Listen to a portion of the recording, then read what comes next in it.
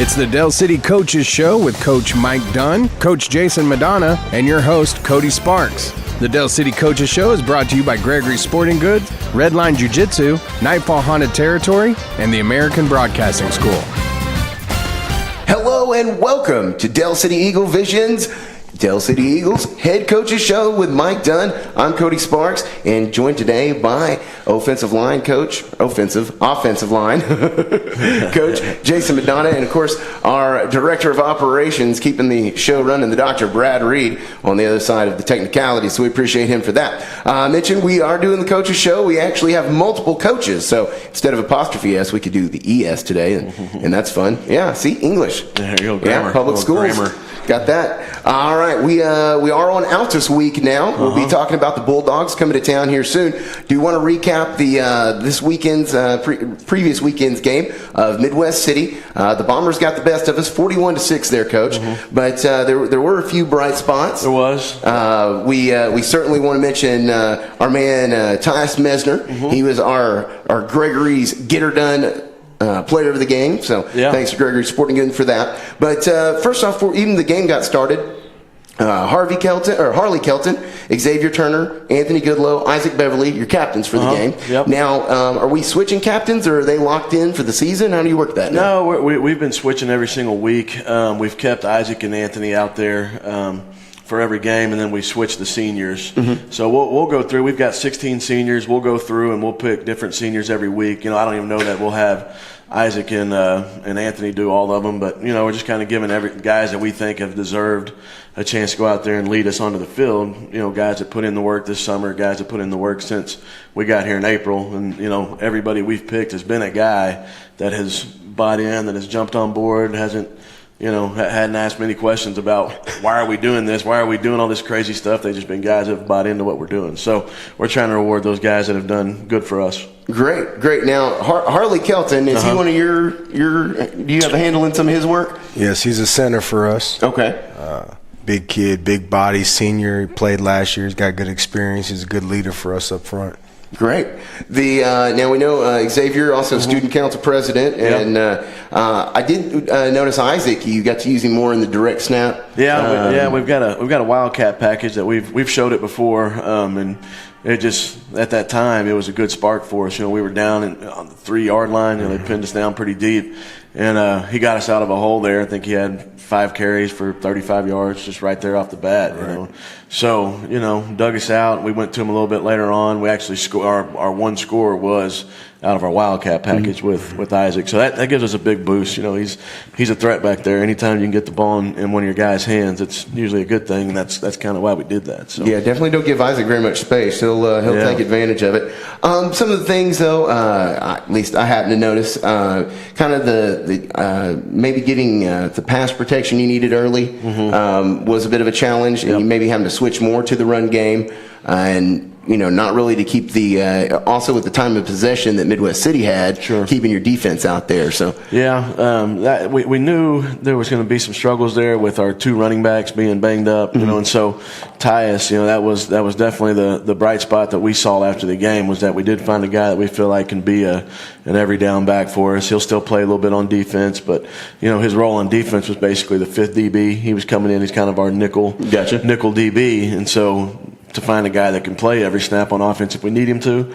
was pretty good. I think that's going to help us with our depth going into district play when these games really start mattering and counting. We want to win all of them, but now it's to the point where it affects you on a state level. You have to get it done. Sure. The Tyus, speaking of those who didn't get to see the game in person, he took some hits from the big old boys in Midwest City that they'd leave you questioning if you want to play football anymore. And he popped right back up, not a scratch, dent, or mark on him, and just kept plugging forward. And so, and not the biggest cat out there, but he's quick. He's quick and he runs hard. I mean, that's the thing that you. And I always thought he'd be that type of running back, because he is a tough kid. But, we saw it in practice this week. We all were saying, man, this guy could be pretty good. He could be something special back there if he'll just do it, And he went out in the game and, he kind of showed what we thought that he could do. So it was good to see. And coming into practice, I know you'd been slowed up a little bit in the backfield with O'Shea and things being down. But had he carried much in practice before this last week?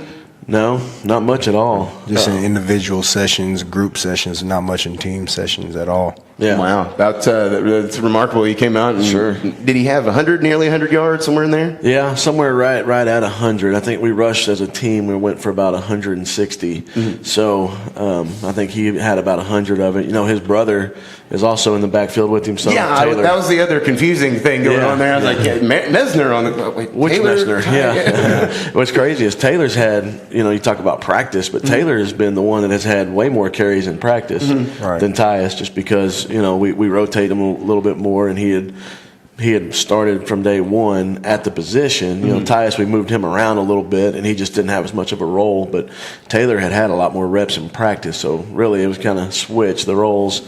But it's a good package to have both those guys in at the same time. They both kind of play off each other, and that was a bright spot. That was a formation we found that was good for us. So, but we can confirm they're brothers, because that was kind of the running joke. Yes. Mesner and Mesner, no relation. Definitely brothers. All right, definitely brothers. And some other things I noticed. Defensively for Midwest City, they had a guy named Morgan Moore whose biceps, I'm pretty sure, are bigger than my head. I could see them from the press box quite clearly. Good-sized kid there. Also, the corner they had, Claudio Irvin, he seemed to be quite the speedster and pretty talented guys. Yep. Midwest City not short on talent. I know they're a class up, but how do you prep for that? Well, we didn't really change much of how we prepare. We prepare every week for, a team that's that good. Even when we play teams that we feel like we're better than them, we're never going to let our kids know that. We're always going to prepare the same no matter what. We did have things in place to try to slow down some of their players. Number 6, Jalen Redmond, is a big kid. He's committed to Oklahoma. We knew we had to have a plan for him, and for the most part, we did pretty well. We busted some things. Even we're supposed to have 2 guys on him, and we busted it. So we had a plan, and we knew who we wanted to attack, and we just didn't we never really got into a rhythm. We had a couple long drives. We moved the ball well at times, but we would stall out, and it was crazy because you look at it, and in the third quarter, we go out on defense the very first of the half, get a stop, get the ball back on the 3-yard line, and we drive almost 90 yards and stall out, but it was an 8-minute drive. But at the end of the third quarter, you look at it, it's still 21-6. Yeah. We're still in the game, but that's when we had a couple bad things happen. We had a third and long, and we give up the corner route. 4th and 12, quarterback runs for 13 yards. Yeah. We missed 3 or 4 tackles.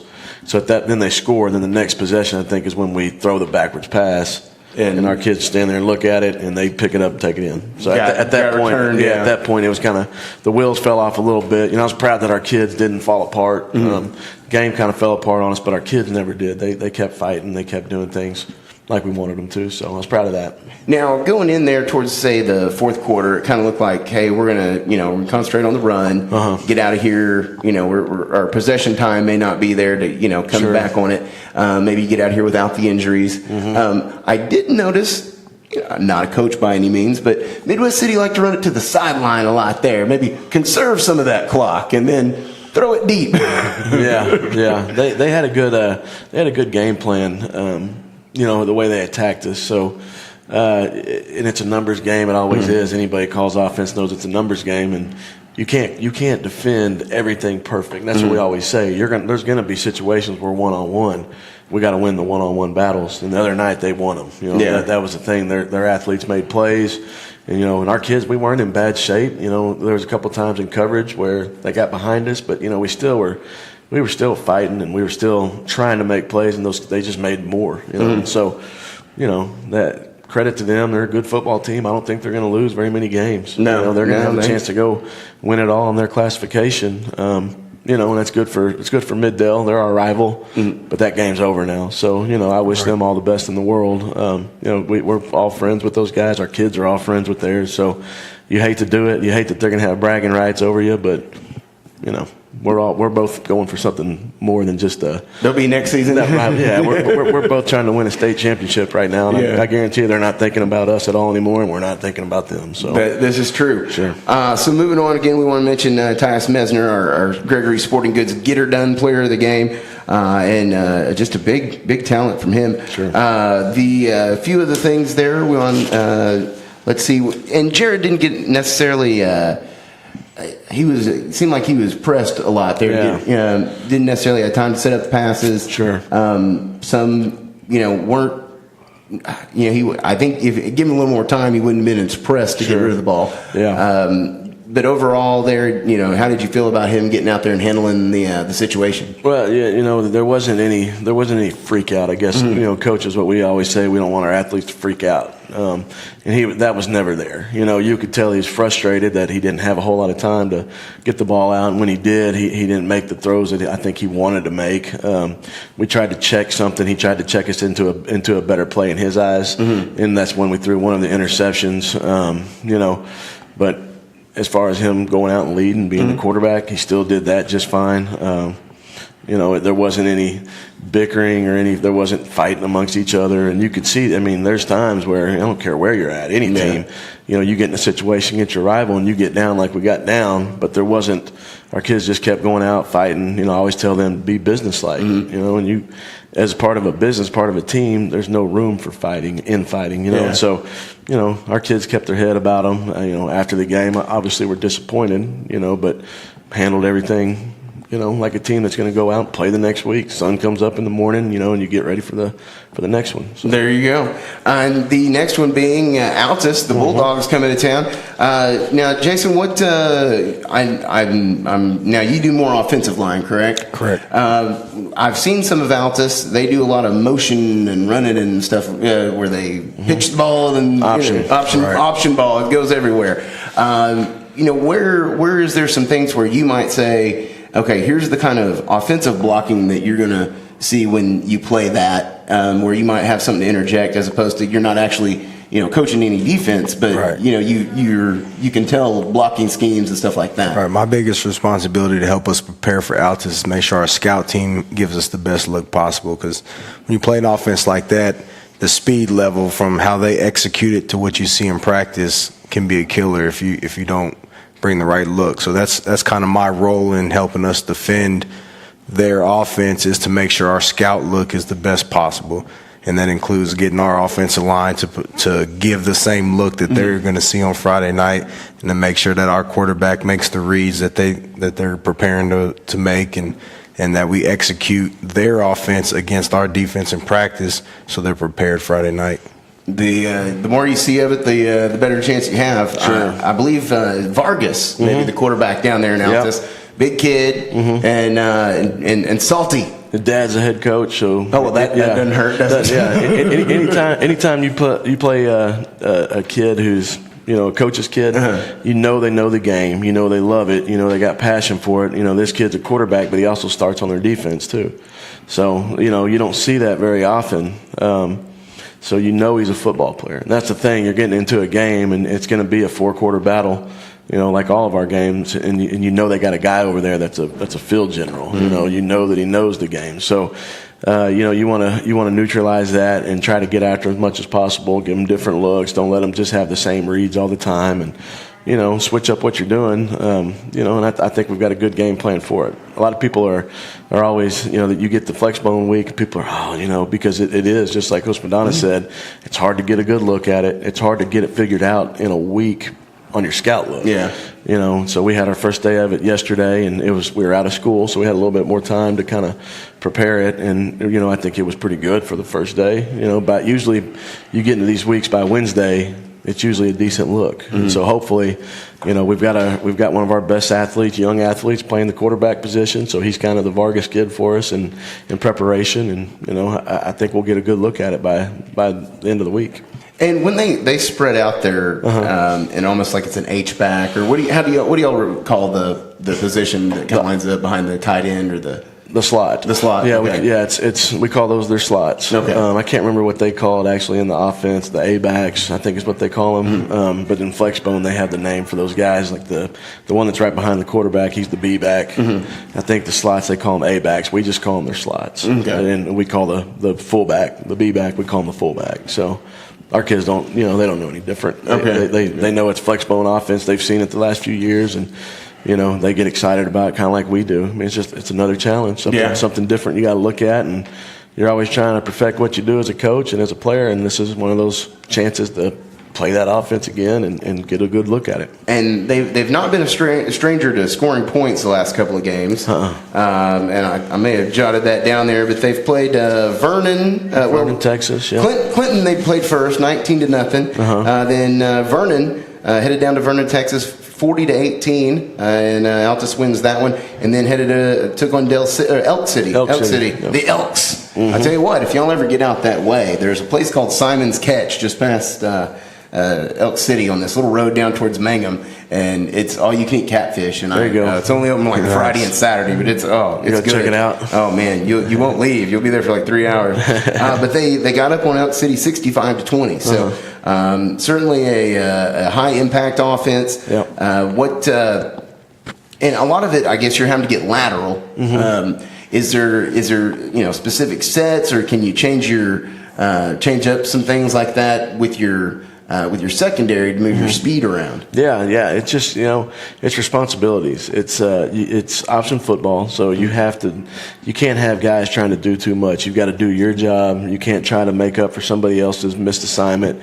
It's assignment football. So if you're on the pitch, you better get to the pitch. If you're on the pitch, you don't go play the quarterback and then go to the pitch. You go to the pitch. And so. We'll have somebody ready for dive. We'll have somebody ready for quarterback. We'll have somebody ready for pitch. I mean, it's triple option. Yeah. So, it's just one of those weeks. You got to be disciplined. You got to practice it. You got to get lots of reps at it. And you can't fall asleep. That's the thing. That's where they get people is if you watch their games, they're touchdown passes. There's no one within 10, 15 yards. People running wide open because what they do is they run, lull you to sleep, and then they'll go over the top. And you got a safety up there running and looking behind that ball going over his head. So, you can't fall asleep. You got to play assignment football every play. Now in that, what are you want to, obviously they're going to try to keep a hold of the ball because they're going to be on the ground more. Yep. Do you try to maybe balance out more running to keep the ball out of their hands, or go more of that up tempo or just try to mix it up? First downs. Yeah, gotta get first downs. No consecutive 3 and outs. No 3 and outs. Got to take care of the football. No turnovers. You don't want to put their offense in good situations. You don't want to give them great field position. So you want to control the line of scrimmage. For us, build upon the running game that we found against Midway City, and then be able to get our athletes the ball in space and make them defend us too. And now when this week you've kind of hey, we're gonna have Tyus and Taylor again in the backfield, and do you have some other people you're working in, or is it? And then when you do that, are you able to kind of work with him more on where the blocking is going to set and where the hole's going to be, or the tempo, because it takes a second or two to get a block set and a hole open. So that time that it takes for a running back to get the handoff, to get to the line, obviously a lot of that's tempo with the game and repetition, but how much of that makes a difference, with your offensive lineman getting used to the running back? It makes a big difference. It makes a difference. But the big thing is the running back understanding where his lanes are going to be. We'll see a different defensive front than we've seen the past couple weeks this week. So the cuts will be a little bit different. The aiming points will be a little bit different. And that's the biggest thing that we have to shore up this week. But I think one thing he does a really good job of is he sees it and accelerates through the hole, because it's never blocked perfect. Yeah. It's never blocked perfect, and the holes aren't there forever. And that's one thing that Tyus does a really good job of. Taylor, too, is when they see it, they accelerate through the hole fast, and they make the proper cut, and that helps. That helps the offensive lineman, too, because if you don't have a perfect block but we still gain 15 yards, that helps build your confidence for the next one, and you continue to get better throughout the game as well.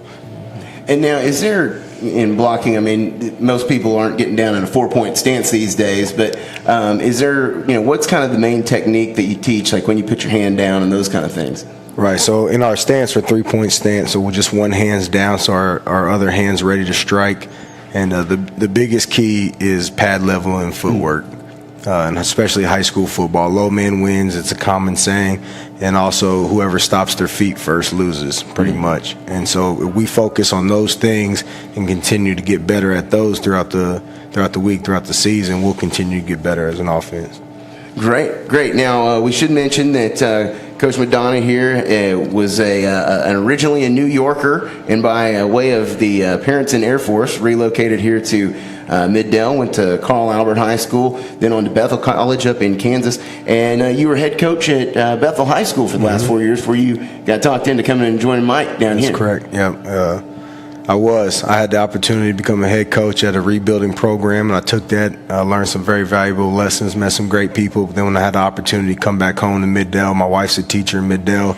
My daughter goes to school in Middale at the VOTEC at their New Beginnings program. So it was a great opportunity for me to come back home.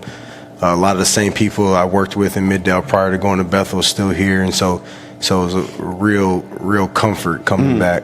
And I know homecoming for you as well, coming back from Texas. Yep. And I've visited with Coach Dunn a number of times about your mom and dad still very active in the school district and things. And obviously you're connected as well with having a wife in it and everything too. That's great. So a lot of investment here going on.